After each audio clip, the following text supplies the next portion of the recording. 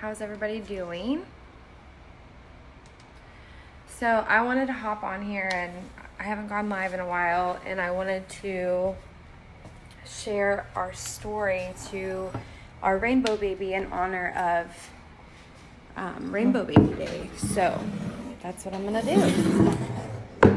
I don't have my ring light right now, so I don't have anywhere to put my phone, so I need to prop you guys up on my dog treat container right here. And I have no mascara, so I look a little dead because my rainbow baby actually took my mascara and wrote all over everything in my house. So I'm currently out of mascara. Okay, I don't even know where to start. I guess I can just start by saying, Corey and I started our family very young. And very unexpectedly. We had Adia, and then we had Kason. I got pregnant with Kason right before our wedding, and I didn't know what the future had held for us. I didn't know what God's plan was for our lives, but not planning those 2 pregnancies and how rough they were, I really longed for a 3rd baby, and I longed for a 4th baby. So this might be like a hard story to tell for me because I'm struggling with that. So with Adia, I started having contractions very early on in my pregnancy. Didn't know what they were. I was seeing a family doctor because I did not know what an OBGYN even was. They started realizing I was having contractions, and I was in and out of labor and delivery for like the last 3 months of my pregnancy. I ended up having a procedure done after my pregnancy where they had to take part of my cervix. And if you combined having an irritable uterus and preterm labor with not having your whole cervix, it basically means for your next pregnancy that cervix isn't going to stay shut. I started seeing my OB, and he is one of my favorite people in the world. Dr. Salazar, if you're watching this, you are literally a godsend in my life. He's literally my bud. Like, he's my buddy. I love him so much. He has helped me through some of the hardest times of my life. He's been there for Corey and I. We go to church together. It's just been amazing to have such an amazing team of medical professionals that we've had. So, we had Kason. I was not done. I did not feel complete, and this is when I first started my very first business, and it was with It Works, and I went to a meeting, and the doctor of the company pulled me aside, and he's like, I just feel like I need to pray for you. I don't know why, but I just feel this tugging on my heart that I need to pray for you. And I was like, I'm really struggling with the thought of being done having kids. I'm 23, and I don't really want to stop having kids yet. I wanted to continue to try, and everyone in my life was like, you can't have another child. With Kason, I was on strict bed rest for 20 weeks. I lost my mucus plug at 20 weeks. I was dilated to 3 by 20 weeks. I had to lay in a bed for the remainder of my pregnancy, and I could only get up to use the bathroom and shower once a day. So it was very difficult. So nobody in my life wanted me to have a 3rd child because they just thought, it's too hard on your body. My mom would have to come up 3 days a week and cook and clean for us. She lives an hour and a half away. It was very hard. And everyone's like, no, don't do it. And, everyone was just looking out for me because they knew it would be hard emotionally and physically and mentally in my body. And when that doctor prayed for me, I felt this fire rise up in me. And I knew I could do it. I knew I was going to have to make more money. I knew that this was going to be my why. The whole reason I started network marketing, this is it.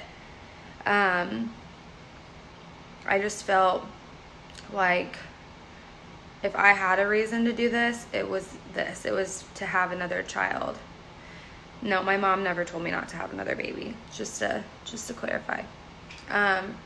She was scared, but she wasn't like telling me no. So I rose as the fire for once in my life, one of the times in my life, and I ran after what I wanted. It required me to make a lot more money to be able to have another child. We were living on food stamps and government assistance. We were about to get, we were getting foreclosure notices 6 months into our mortgage. There was a lot of work that had to be done before I could even consider having another kid.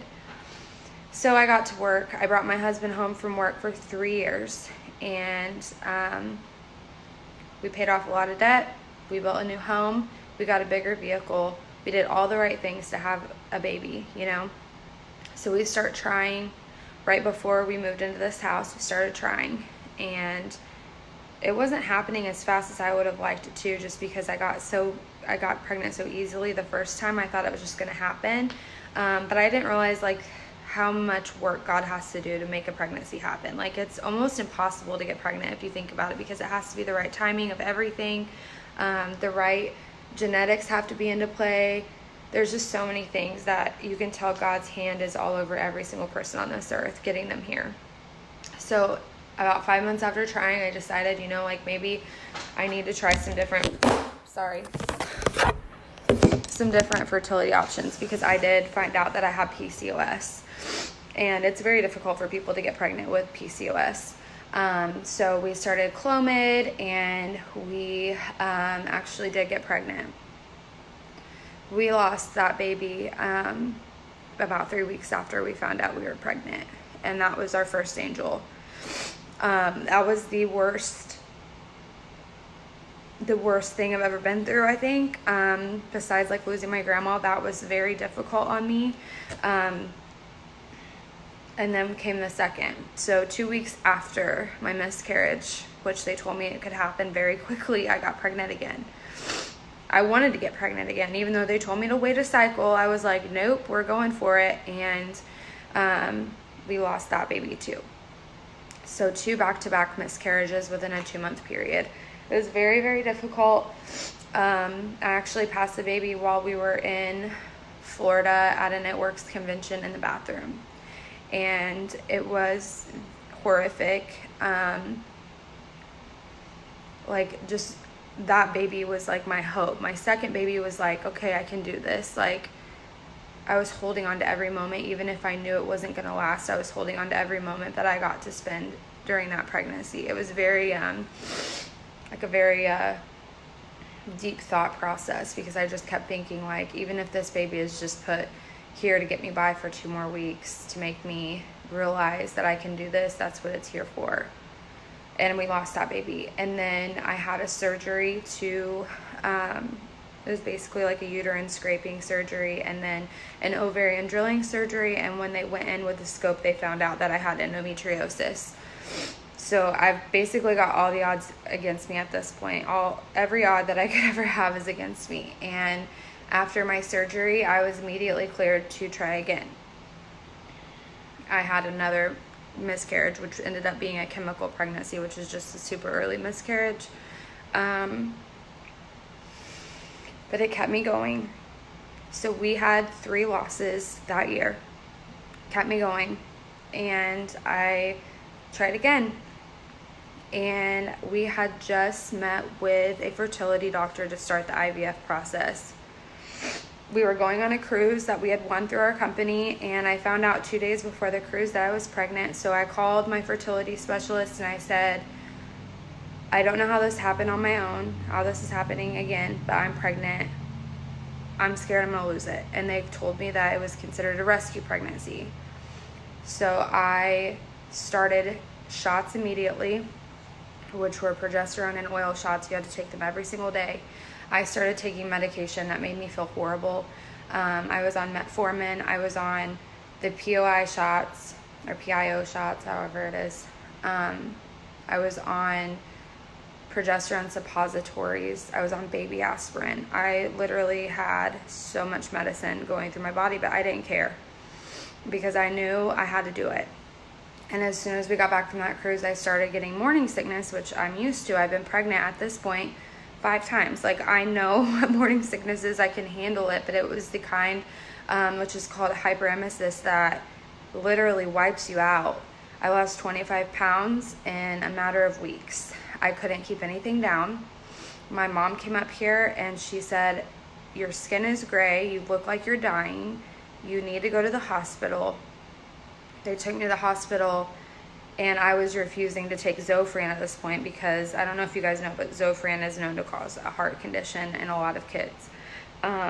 And I had a friend who debated on whether or not her child's heart condition was caused by it. And I was just like, I'm not taking that. That's like the one hard line with me. I'm not taking it. They put me in the hospital. They told me, Skylar, if you don't let us put this IV in your arm, you are going to die and your baby is going to die.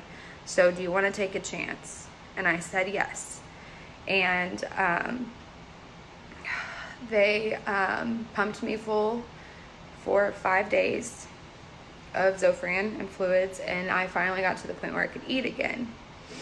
I looked like Bella off of Twilight. Like, that's how sick I looked. And we kept him in. We did good. We kept him alive. And then I had a cervical cerclage placed 2 weeks later, which meant I had to go under, and they had to do a surgery on me while I was pregnant. They sewed my cervix shut, and which caused more issues down the road. But again, it was one step further in the process. I started feeling better in my second trimester, which I was thankful for, because a lot of hyperemesis patients don't get better until they're not pregnant anymore. I honestly think that the second trimester is when I was able to stop taking progesterone, and I think the progesterone was making my body think it was super pregnant, so I was having super bad morning sickness. Anyways, so some of this stuff is like hard to even like remember because I blocked it out so much. Around 20 weeks, I found out I had complete placenta previa, which is really dangerous. You can make one wrong move and just tear your placenta from the wall, and both of you die. Bleed out, you're done. And so I was very scared and praying for my placenta to move up, because as your stomach grows, it can move up off your cervix. Praying for that. It ended up becoming a partial previa later on, which was great. But during that 10 days, I was terrified. Like, not 10 days, I guess it was like 10 weeks. I was terrified. I was like not letting anyone touch me. I was very careful where I was walking. I ended up falling down my stairs, broke my tailbone. Like, this stuff is like hard to even tell because people don't believe how bad it was. And it's like almost embarrassing. And then at 30 weeks or 28, nope, back up, 26 weeks, find out I have gestational diabetes. So I'm on a special diet, have to check my insulin, check my blood sugar, all this stuff. And it was not fun at all, but I did it. And then after I think we're in the clear from the previa, I'm doing well with my diet. I'm like, I see the light at the end of the tunnel. We find out at a routine ultrasound to check Rayden's growth that he has a heart condition. The heart condition I was scared of him having, he ended up getting. And we went into the ultrasound, and I was so excited. And I drank a cup of coffee before I went because I wanted him to be alert. And we got in there, and his heart rate was 270. And I noticed that it sounded really fast, but I didn't say anything. I was just like, oh, he's so excited. And the ultrasound tech, who I just loved to pieces, she's like, Skylar, I really hate to tell you this, but you're going to have to go to the hospital right now. And I was like, why? And she's like, his heart rate is extremely high. You have to go right now. So I put my clothes on, ran out the door of the office, went to the hospital.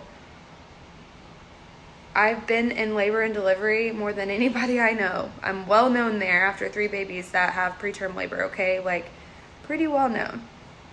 I walk in, and normally they're like, yeah, just sit down. We'll get you into the triage room. You know, no big deal. Nothing like that. They grab me, put me in a bed. They bring in Lifeline, and they're like, would you rather fly or be driven to the Northside Hospital? And I was like, what do you mean? Why is this happening? My doctor comes in, grabs my hand, prays for me, and he's like, Skylar, I can't go with you. I don't have rights at this hospital up north. You're gonna have a new OB while you're there. They're gonna take care of you. I will text you and check on you every day, but I can't go with you. And I'm like bawling, like, my entire team of people can't go with me, and they're sending me away to this hospital, and nobody's telling me what's going on or how bad this is. And I look over at Corey, and he's always so sure of himself. He's never afraid of anything, and it's almost annoying sometimes because I'm like, why can't you justify that this is a legit reason to be afraid? I look over at Corey, and his eyes are as big as saucers, and he's just holding his face like this, staring at my stomach. And I was like, what is going on? Like, why is this happening? So we leave, and there's like 5 or 6 people around me pushing me. I have heart monitors on me. I've got monitors on my stomach. I've got a lady that's literally supposed to like just talk me off the ledge the whole time. Like her whole job was to talk to me the whole drive, because I was like, I want to keep my wheels on the ground. I don't want to fly. It's a 30-minute drive. If you turn on the sirens, I'm sure we can get there in 20.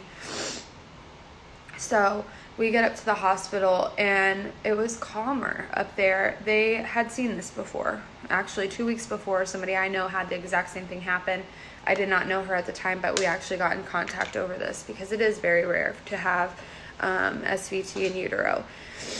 And so we get up there, and I'm thinking, okay, they're going to fix me. They're going to give my baby medicine and send me on my way. Maybe I'll have to stay the night, and that's it. And no. It was like they weren't in a hurry at all. And I was like, fix him now. Like, fix him. Fix him or get him out. Fix him when he gets out. I don't care. Fix the baby. Like, I was in such a hurry, and I was so anxious because there was nothing I could do. So they bring this doctor in, and he's very cocky and very confident, but he knew exactly what to do. He said, I'm going to give you a medicine, and it is for people who have SVT, but I have to give you the right dose to pass through your body and get to the placenta without damaging your heart, because you don't need it. Your baby needs it. So we have to get you to a therapeutic level. And he said it might not work, but this is the first option. The second option is more dangerous and could send you into cardiac arrest. And so we try the first medicine for 5 days. And you have to understand, for 5 days, all I did was lay in a bed, not able to move, listening to the sound of galloping horses, because that's what it sounded like. His heart rate was so fast you couldn't even count the beats yourself. I had an amazing team of nurses that I became best friends with. They sat in my room and played games with me and held my hands and talked to me and told me their life story, and I told them mine. And my friends came, and they spoiled me rotten during this whole 2 weeks. They had my baby shower. We were having a baby barbecue, and they had it without me, and then brought me all my presents and all the leftovers and my cake, and we opened presents and sat in the lobby. And my highlight of my day was going out to the rooftop once a day in my wheelchair with Corey, or being pushed to the hospital late at night and looking at the babies through the window in the NICU. And it was horrible. And so his heart rate still wasn't changing. I was getting cardiac echoes every morning. I was having a lot of non-stress tests done. And one morning they started testing him, and he was unusually hyper during this whole thing. And I really thought like the coffee did this to him. They were reassuring me like, no, coffee cannot make your heart do that. It's an electrical issue. But they checked on him one morning, and he wasn't moving. His breathing was very shallow. He was getting tired. His heart was tired. He was tired. And I said, how long can he go like this? And they told me weeks. And it had been 2 weeks. And they said there's really no way to know. But, babies are very resilient. But his heart actually grew in size, because if you think about it, your heart is a muscle. So if it's constantly beating hard, it's going to grow and swell just like any muscle would. So it came to the point where we had to stop the digoxin. Actually, we had to back off the digoxin and start on flecainide, which is a very dangerous drug. And they put me on it. Keep in mind, I still have a heart monitor on for this whole 2-week process, and we got him switched over. We got his heart to convert back to a normal rhythm. And it took about 4 days, and then I had to stay like a couple more days because I had to make sure it would stay there. And they ended up having to take me off of the digoxin and just keep me on flecainide, because the combination of both of them was making my heart do really crazy things. Like my test, I don't remember what it was called, that they do. basically showed that I could go into cardiac arrest anytime. So they took me off the first pill, just had me on the second. They sent me home. I was 28 weeks pregnant, and I got to live a normal life other than I had to take a pill around the clock. Like every so many hours I had to set alarms to do it, and it was making me feel awful. Like it seriously made me feel awful. My heart is still not right. I have really bad heart palpitations and PVCs now, and I never had that before. So I know it's done some kind of damage to my heart, but you know what? It's what it took to get him here. They told me, they prepared me, you will not take this baby home with you when he is born. You should have him at Community North, but I didn't want to. I wanted Dr. Salazar to deliver my baby. And I mentally prepared to leave my baby in the hospital. And I didn't want to do that, but I'd done that before. I had to leave Kaysen in the NICU for a while, and I didn't get a hold Adi at first. Adi also had SVT, but it was the last day of my pregnancy, so they just took her out, and her heart rhythm converted when she took her first breath. Kaysen inhaled fluids and wouldn't suck or eat, so he was in the NICU because he couldn't function outside the womb. And then we have Raiden, who has a heart condition and all these issues. During that time, my cerclage ripped through my cervix and completely decapitated it, so I had to have that taken out while I was awake with no anesthesia or anything. My doctor had planned on taking me to the OR, and he was actually on vacation. So this horrible doctor, who I will not mention names, actually promised me that she would give me a spinal to take it out, and it was a wire, that was tying it together, like a metal wire. Usually they don't use something like that these days. It was a very old school approach, the doctor that put it in, the fertility doctor, and nobody does cerclages like that anymore, so that's why it tore when my cervix was opening. It just ripped. So during that, she took it out while I was awake, screaming, crying, begging her to stop. It was the worst thing ever, and I finally got that taken out thinking I'm going to go into labor now. No, didn't go into labor. My cervix actually had a bunch of scar tissue around it, so even if I wanted to have a natural labor, it wasn't going to happen because it was all binded shut. This is such a long, drawn-out story.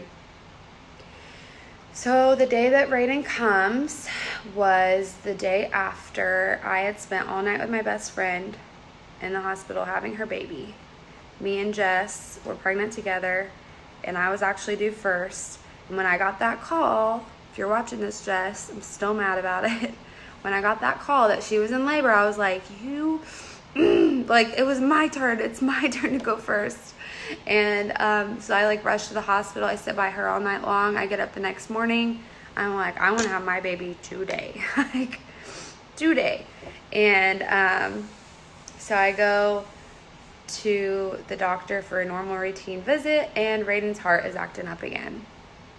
And we're 39 weeks. So at this point, they're sending me to the hospital. They're like, we're probably going to take him. I'm like, yeah, take him out. Yeah, let's do it. I'm done. He's done. He's fine. Let's get him out of there. Because I knew once he took his first breath, the fluid or the blood flow in his heart actually switched. All babies, they switch directions, and those valves shut, and that helps with SVT and stuff. It helps when they take their first breath. And I knew I just had to get him out. I was like, get him out. He'll be fine. And I knew in the back of my head that he was going to be fine, but I still had those doubts because everyone's like, you got to leave him here. You got to leave him, in the hospital. He's not going to be able to come to your room. And I had never held one of my babies ever after they were born. Everyone else got to hold them first, and it was kind of this bitter thing. So my mom ends up going back to the C-section room with me, and people think that's weird, but Corey passes out, and I've went through 2 issues with him passing out already, so I'm not trying to be in the OR by myself because he always has to get propped up against the wall. And so I took my mom. I wanted her to be able to experience, her daughter having a child, and when they brought him out, they handed him to me. They pulled him out, sewed me up, and put him on my chest. And I was like, what are you doing? Take him off of me.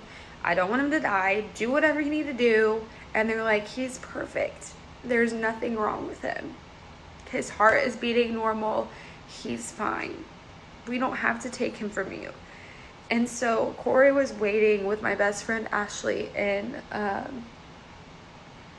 the room, waiting on me to get out.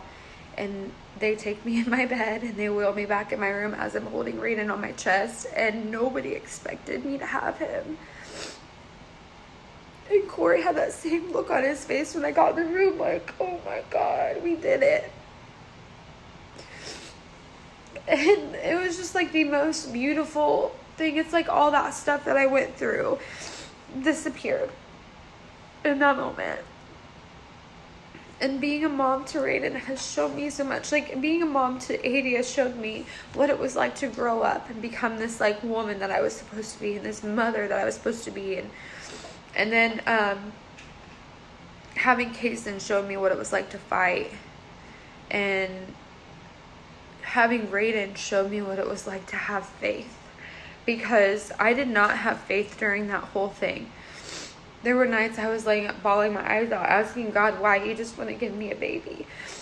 And after I had him, I was like, I'm not taking a second for granted.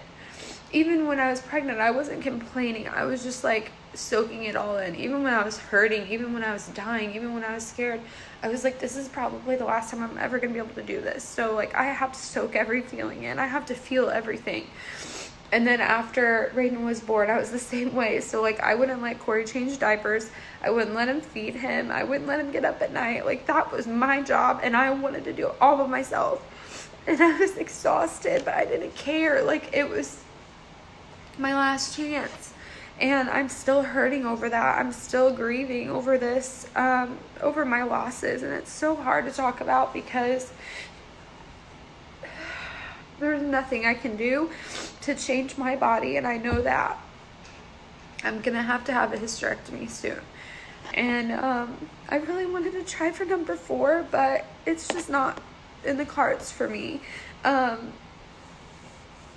It's really hard to like admit that.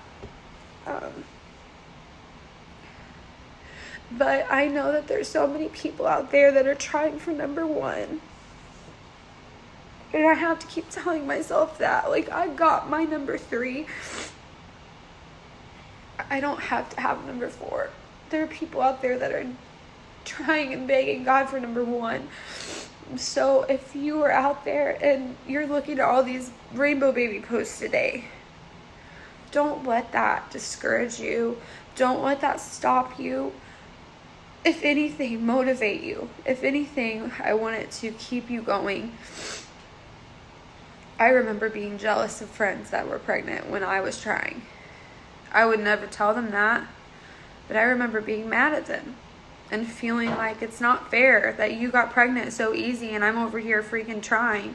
And then I would look at people that are absolute scum who don't even deserve to have children because they're doing drugs and doing horrible things, and I'm like, you don't even deserve to be able to reproduce, and I can't.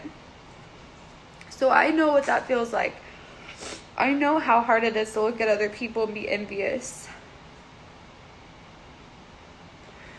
But it should drive you to keep going. Because if it's in God's plan and it's God's will, it's going to happen. And it might seem like a long, treacherous journey. You might have to have shots in your butt every single day for 9 months. I did. It was hard. You might have to be throwing up in the bathroom every moment of every day and not be able to eat. It might be rough. You might spend a total of 4 weeks in the hospital. But, you know, when I was going through those hard times, yeah, it was horrible. Mentally draining. Felt like I was in jail in my own body. But now I look back and I would do it all over again if I could. So if you're a mom out there and you haven't had to struggle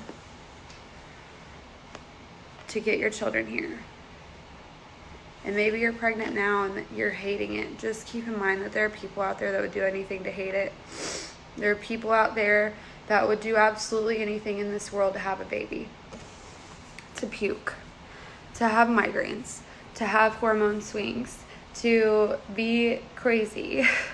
There are people in this world that would do anything to be where you're at. And that doesn't take away from how uncomfortable being pregnant is. It doesn't take away from the fact that it sometimes it sucks. But today I want everyone to know that if you're out there and you're fighting for something, it doesn't matter if it's a baby or what it is. Faith is where it's at. Faith is going to get you there. And I wouldn't have Raiden, my rainbow, if it wasn't for me building that faith. I used to depend on everyone else to have faith for me. And I decided I had to muster that up within myself, or God was never ever going to give me what I wanted. He was a test of my faith. He was the one that tested every single part of me, and he still does. I just told you guys he used all my mascara and wrote all over my house with it. He tests me every day, every damn day. That little boy got me here. That little boy made me who I am. He showed me what it was to have a childlike faith and to believe for something so strongly that there's not a single person that could take that from me. I don't have that same kind of faith about having baby number 4. That might be me disconnecting from the feeling. I don't know that I can mentally handle it. I don't know that my body could handle it. I've thought about surrogacy, but I'm just not there yet. I'm not ready to make that decision. So I'll keep hanging on to my rainbow baby. I'll keep hanging on to that story. And for all you moms out there that are still trying for baby number 1, I'm going to be praying for you the rest of the day. Rainbow Baby Day is hard on us. It is, because we're celebrating such a beautiful gift, but we're also remembering the horrible losses, the babies we never got to hold.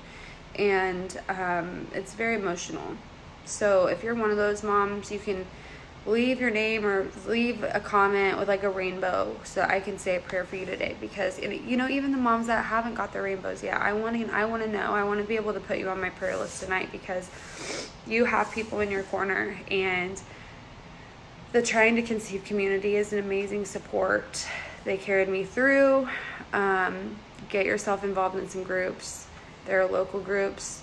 If you're pregnant after a loss, there is a wonderful bereavement pregnancy group at St. Francis if you live local, but I'm sure they're all over the United States. My best friend and I both experienced losses. So she had a stillborn and I had 3 miscarriages, and so we went through this subsequent pregnancy group. Basically, we would sit in a room and just talk about all of our fears and help each other overcome them. So that's another great support that I found. Don't give up. Don't stop. You can do this, and God's got you.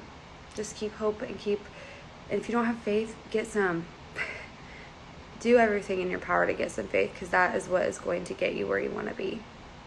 I will talk to you guys later. I hope you have a wonderful day, and happy National Rainbow Baby Day.